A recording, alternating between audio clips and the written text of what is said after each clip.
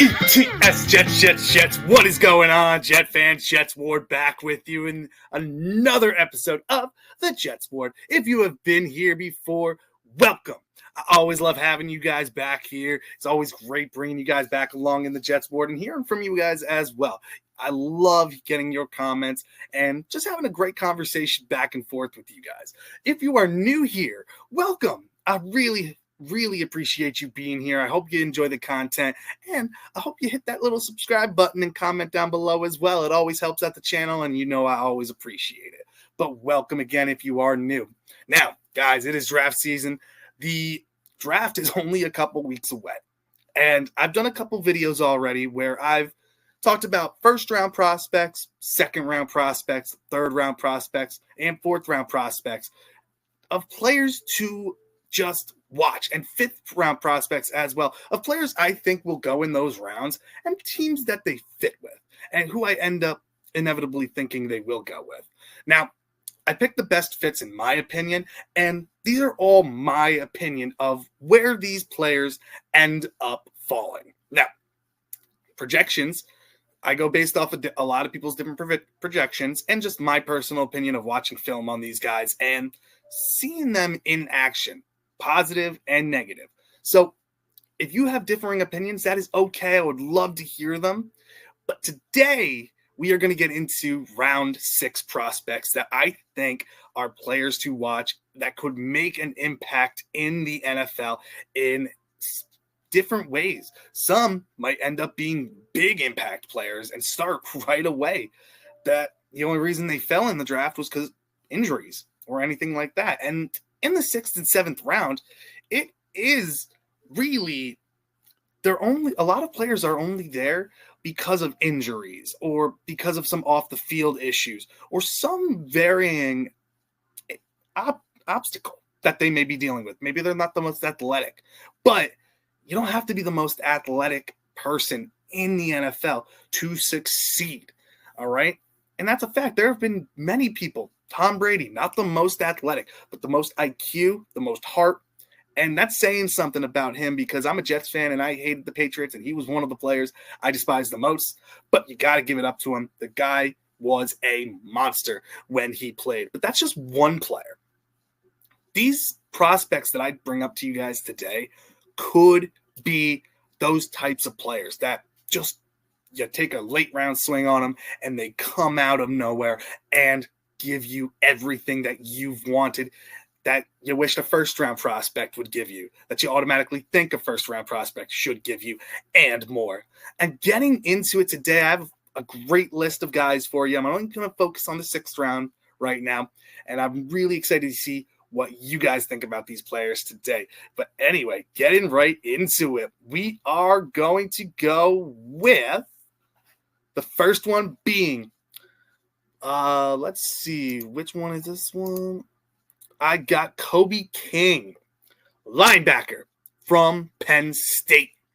He is a 6th round pick in my opinion because he's not the largest linebacker out there. He's 6'1", 236 pounds, on the lighter side, but the guy is a missile when he plays. He seems like he's always where the ball is. And if you watch this Penn State Nittany Lions defense this past year, you saw number 41, Kobe King, running around everywhere. Now, why does this guy, who is a great tackler, in my opinion, great when it comes to run stuffing, somebody you could put on the weak side or in the middle of a linebacking core, somebody who give you make a lot of plays, someone like a London Fletcher type of player on the smaller side, but was in every single play. Why is he a 6th round pick? Well, he's not the most athletic. He's not the quickest. All right. Not like some of these other linebackers that we've talked about. In my last video, I brought up Jeffrey Bassa, more athletic, but on the smaller side as well. Might get run over by bigger running backs or bigger tight ends. This guy is stronger than Jeffrey Bassa, not as athletic though, and not as quick as Jeffrey Bassa. He's going to get exposed in the pass game. He's not a great coverage guy and tends to give up some bigger plays. But that's something you can work on when you get into the NFL. And I think with our new coaching staff, Steve Wilks, AG, all of these guys, I think can work with him and do really, really well. And that's why one of the team fits that I have for him is our New York Jets, my New York Jets. The Jets right now, if you look at their linebacking core, it's Quincy Williams, Jamie and Sherwood, and Jamin Davis, and then a slew of other dudes that you don't really know. Kobe King could come in and fight and compete for that weak side linebacker job and give this defense a heartbeat, because we got Jamie and Sherwood, who is a rock star. Quincy Williams, a monster, but on a 1-year deal. Been rumored to be on, well, a lot of fans have been rumoring, trade block. I don't think that's the case. But if it was, you could have Kobe King come in for a year, and then Quincy Williams, who's on a 1-year deal, if they don't re-sign him, he ends up walking. Kobe King could come in and be that young version of a Quincy Williams, who's a good run stuffer, a London Fletcher type of linebacker. And I just really love the upside for this kid. And I would love to see my Jets get him in the 6th round if he falls there. A lot of people say he might go in the 5th round. Some might say he might go in the 4th round. I think he ends up falling in the 6th. But another team, the other New York team, the Giants, their defense was one of their strong suits last year, but the weak part of their defense was their linebacking core. And they've been trying to get more and more players back there. But I think you bring in a Kobe King, the guy's a leader, never in any off-the-field issues that I've seen or heard, and just a leader in that locker room. Somebody I think could be awesome for that Giants defense, and somebody I think he ends up going to the Giants. I just see him in a Giants uniform when the draft day comes in the late on day 3. I just really think he ends up being a Giant. That's my official prediction. He ends up going to the Giants. But another team that I can see him fitting with, Tennessee Titans. They need more linebacking help as well. Again, defense was their strength last year. Their offense was very weak. Their defense was a strength for them. So taking a swing on a late round linebacker for that team, especially since they just lost edge rusher / outside linebacker Harold Landry, you replace him with a guy who doesn't get injured very often and somebody who's tough as heck and can help with that run defense in Tennessee. Another team that I considered for Kobe King, the San Francisco 49ers, especially with Robert Saleh. And if you guys see what Robert Saleh, when he was here, and that coaching staff did with our linebackers, what they did with Quincy Williams and Jamie and Sherwood and CJ Mosley, man, if there's any team that could get the most out of this kid, Robert Saleh and his defensive staff could do that. He's the new defensive coordinator of the Niners. I think they could do work with him, but that's like the outside off chance. They have tons of needs that they need. But the 3 main teams, Jets, Giants, Titans, and I think he ends up with the New York Giants. Now, going into the next player, we got Junior Tafuna. He is the defensive tackle of Utah. He is 6'3", 308 pounds. Smaller for an interior defensive lineman. But the thing with him, he is not a good run stuffer. He is more on the line of a pass rushing defensive tackle, somebody you'd want to go in on 3rd down and rush the passer. He is quick for his size. Reminds me a lot of a Solomon Thomas type of player, somebody who's a good rotational piece, not somebody who you want to start right away or start on all 3 downs. If he was in on rush plays or run stopping plays, he would get beat up. He reminds me of Solomon Thomas, somebody who is not a bad player, but a solid depth rotational defensive lineman that you could utilize. And I think he could be a gem for these 3 teams in the 6th round. The first team I think he fits with, the Carolina Panthers. They did a lot for their defense, especially their defensive line this offseason and defensive backs, the linebackers. They could use more depth pieces. And I think Junior Tafuna could be a solid player for the Carolina Panthers. Another team that I see him going to, Jacksonville Jaguars. They're losing a lot of players as well. They just lost Lorenzo Fatukasi as well. So they need depth on that defensive line. And I think this guy could come in as a solid rotational piece. Maybe move himself into starting role later in his career. But I think he starts out as more of a depth option, rotational defensive tackle. And the last team, and the team I actually think he ends up going to, is the Patriots. They need more depth on that defensive line as well. And they just lost Devon Gotchow. They traded him away. They can bring this guy in, and I really do see him being a New England Patriots late round swing and seeing him on the Patriots team as a rotational defensive tackle. Now, those are my three teams. Sleeper team, maybe Dallas Cowboys, because they always need more help on that defensive line as well. And they just signed Solomon Thomas, so who better to learn from and gain more skills from than Solomon Thomas? Because he's a great leader. Man of the Year candidate for the Jets for the past couple of years. But honestly, Dallas Cowboys could be a sleeper, but I really think the New England Patriots are the team he ends up with. Now, getting into the third guy, Riley Leonard. This is a name that's been brought up multiple times for the QB position, and I've seen him being ranked as like the 5th ranked quarterback in this draft. I've seen him ranked as the 8th best quarterback. I've seen him ranked going in the 4th round, 5th round. I've seen him going undrafted as well. The reason I say he's a 6th round pick is there's just so many good quarterback. Let me rephrase that. This is a weak quarterback class, but for the ones that are in the top tier, I think there's a giant gap between them. But of the rest, Riley Leonard, quarterback of Notre Dame, as we know, I think he could be solid. And the reason he's 6'4", 216 pounds, so he's a bigger guy. He is the size you want for a quarterback. The problem is he's more of a running quarterback. He is a 1-2 read type of quarterback. If his options aren't open, he will be quick to run the ball and doesn't have the strongest arm and is highly inaccurate. His techniques aren't bad. Footwork is not awful, but he's very inaccurate, and that's something that he will need to work on, and that's why I see him falling into the 6th round. But if he can work on those kinks, work on those different things, like I said, not the strongest arm, but a player that I could see being like an Alex Smith type of player, a player who could move, could run for the first down, but could also throw on the run. If he gets more accurate, I think Riley Leonard could be a solid late round QB swing. Teams that I think he fits. New York Jets. I don't think the Jets are going to go high with a quarterback. Jackson Dart, I love him, but I don't think there's a way that they're going to end up with him, especially at pick 7 or in a trade back situation. Kyle McCord, I don't think fits the offense. I know we've met with him. I don't think he fits the offense. Jalen Milroe would be interesting. I will say that. All the athleticism in the world, but there is a fear there that he might become another Anthony Richardson, who the jury's still out on. Dillon Gabriel, I don't really like that much. I think he's okay. I think he ends up going before Riley Leonard, which I think is a mistake, but I don't think he fits the Jets either. Tyler Show,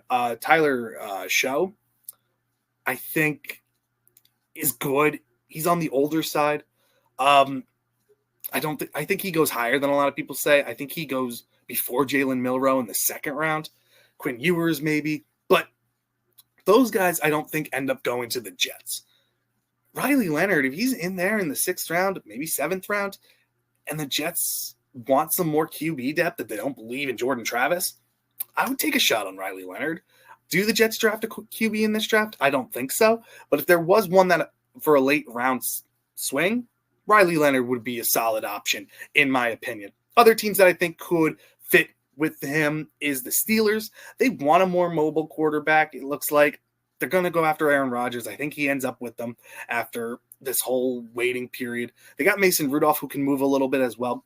But I think getting a quarterback like Riley Leonard to sit behind these guys for a couple years, I think could do really well for him. And the Rooneys have always done really, really well with draft picks, just not the quarterback. Maybe they finally find a diamond in the rough with Notre Dame quarterback Riley Leonard. And the last team's the Saints. I think if you draft him in the later round with the Saints, I think he, sitting behind Derek Carr, I think could be solid for him, learning from a veteran and picking up what you need to know, because Derek Carr is similar a little bit, not as athletic as him, but he can move around in the pocket and get separation and could throw a really good ball. Can be inaccurate at times as well, but he's gotten better with that over the years. So the Saints are another team that I could definitely see. Raiders as well, for a person behind Geno Smith, I think could be solid. Again, sitting behind Geno for 2 years. Geno just signed an extension. Good for him. But getting a quarterback like Riley Leonard, who's a solid leader in the locker room and can galvanize a team as well, I think could be a good fit as well. But Riley Leonard could be a late round gem in the 6th round. But going on to the next one. Here is one of my sleeper picks. I really, really like this player, Upton Stout. He's the cornerback from Western Kentucky, and I see him falling to the 6th round. He is great in coverage. He is solid in coverage.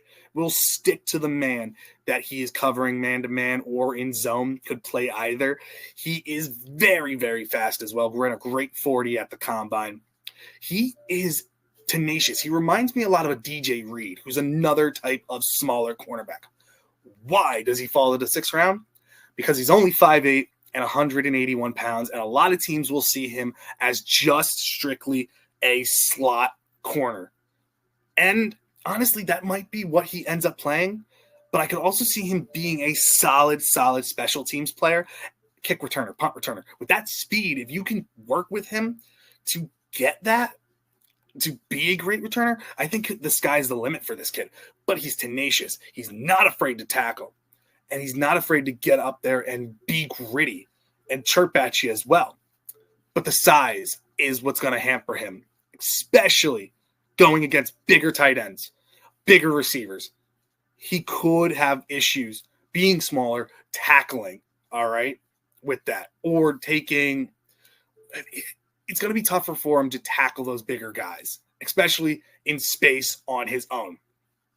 But I think this kid's got so much talent in the world, and I think some team is going to hit on him. I really have confidence in him. And the teams that I see him fitting with, Ravens, I could definitely see him going to the Ravens and making a career for himself in the slot. Maybe sometimes playing outside, but in the slot, I think he could make a solid career with Baltimore. They always seem to hit on defensive players, and just adding to that defensive back score, I think could be really, really good for them. Another team, the Chargers. They had Asante Samuel Jr., who's still young and still a free agent for some reason. I thought he would have been picked up a lot sooner. Replace him with Upton Stout, again, having a solid slot cornerback, even having him outside. He played outside at Western Kentucky. I know it's not a bigger school, but still something, and he proved his own against bigger receivers. So there's that. Chargers could use him, and I think Harbaugh would be able to figure out a way to utilize him in that defense as well. And the Buffalo Bills. Buffalo Bills always seem to go out and just find these players that can be gems for them in the later rounds. And I think Upton Stout, if he goes to Buffalo, they could really, really hit on this guy and would love him and turn him into something really, really good for them. Another team I could definitely see, because you're wanting speed and everything, I could definitely see Arizona adding him as a slot cornerback. And just that speed, that teams want speed. That's the biggest things. They want to be faster. They want to be more athletic. Speed kills in the NFL. And this guy's really, really fast, especially in a position where you need to be quick. So Cardinals are another team that I can see. Where do I think he ends up going? Man, I think he ends up on the Chargers, honestly. I think that's the team that I see him fitting with the most. And going back to Riley Leonard, too, I end up seeing him – where do I see him going? I think Pittsburgh. I end up thinking they take a swing on a late round quarterback. If they don't go Jackson Dart, if Jackson Dart's gone by the time they pick, which he might, you never know, a team could trade up for him, they might wait for Riley Leonard in the later rounds. Pittsburgh I could see definitely taking a shot on him later. Now, going on to the next guy, Nick Nash. This is a guy I don't think is talked about enough. He's a bigger receiver. He's 6'2", 203 pounds. He's from San Jose State, from a smaller state. I see him fall into the 6th round. I've seen mocks where he goes in the 5th round. I've seen mocks where he goes in the 7th round. 6th round, I think, is that pocket for him. And I just think he's a bigger receiver. He's quick as well, fast for his size. And he can be a contested catch monster, especially in the end zone. He reminds me of, like, not a faster version of Allen Lazard. Allen Lazard, I don't think ends up on the Jets anyway. I could see him being like a Pat Bryant type of receiver. Guy who, was it Pat Bryant? It was a guy, Pittsburgh receiver. I forget what his name is. I know his last name was Bryant, but I could see him being like that type of player. Guy who's got all the athleticism, is quick, can be shifty for his size. Team fits that I see for him, Broncos, they need more receiver help, and I think he could come in and be a great depth receiver for them. Seahawks, again, they have 2 slot receivers, Cooper Kupp and Jackson Smith-Njigba. Get a bigger receiver to complement those guys. And they have Noah Fant as tight end. Get a bigger receiver like Nick Nash in the late rounds to complement those 2 players. And I think the sky is the limit for Sam Darnold over there in Seattle. Another team, the Rams. They got Puka Nacua. They got Adams as well. Just get somebody who can come in if one of those guys goes down and just fill that hole. He could be a bigger slot as well. And imagine these 3 big players out there on the field for Matt Stafford just to pick apart defenses. I think Rams could be a solid place for him, and I think that's where he ends up going. I'm talking myself into it. I think Nick Nash ends up with the Rams. I think that would be a great place for him. Let me know, guys, if there's any places or the team fits that I have up here, if you think these players fit with other teams, or if you think I'm missing out on any late round players, let me know. I would love to hear from you guys. Please, please, please. And let me know if you agree as well. I always love to hear what your opinions are of these players as well and their team fits and where you think they end up going. But the last guy that I have on here is edge rusher from Oklahoma State, Colin Oliver. He's not talked about a lot. He is somebody with a lot of power and speed on the edge who has a decent bend, but not talked about a lot because he didn't have the best numbers in college. He terrorized a lot of offensive lines, but he's on the smaller side, 6'2", 240 pounds, so he's muscular, not the quickest, good bend off the edge, could play linebacker as well as like a blitzing linebacker, not the greatest in coverage either, but he's somebody who come in on third downs and cause havoc on opposing quarterbacks. And the teams that I see him fitting with are the Colts. I think the Colts are a team that I think he ends up on anyway, but I see him just fitting well in that defense with a lot of aggressive new pieces that the Colts have just gotten on that defense. Edge help and linebacker help could be a solid fit for this guy as that type of rotational or even a special teams guy as well, which I think he starts out as. But I honestly think he could come in and, as the years go on, get better and better and be a solid player for the Indianapolis Colts. Bucks too. Bucks need linebacker and edge help as well. And I think he could come in and give them a little bit of help as well and push the other players around him, give competition, which I think is the best thing for a lot of teams. And the Chargers, they just lost Joey Bosa. Get more depth on that defense as an edge rusher. I think Colin Oliver could come in and be solid. Does he start? No, I don't think he starts right away, but I think with practice, he could be a starter later down the road. And again, guys, I think he ends up with the Colts. That's who I think he finishes with. And guys, these are the players that I have for you. All right. Let me know what you guys think, because I do a lot of research on these players. I love talking about prospects, and the 6th and 7th round, 5th round too, are always rounds that I find the most fun with because they're not a lot of players that people really talk about. And honestly, I just love giving these athletes their due, because if they're not being talked about a lot and you might not know much about them, I like to bring them to light to give them their, like I said, their due, because they work their butts off every season to put it all on the line for their teams. And I just want to give them their shine and to get you guys knowing about these players. All right. But again, I will be going live night 1 of the draft, and it's going to be an exciting one. Please join me for that. It's going to be so much fun. If it goes really well, I might go live for night 2 of the draft, rounds 2 and 3. And if that goes well as well, maybe I'll go live for day 3, rounds 4, 5, 6, and 7. But again, guys, Let me know what you guys think, and thank you so much for joining me in the Jets Ward. Have a wonderful rest of your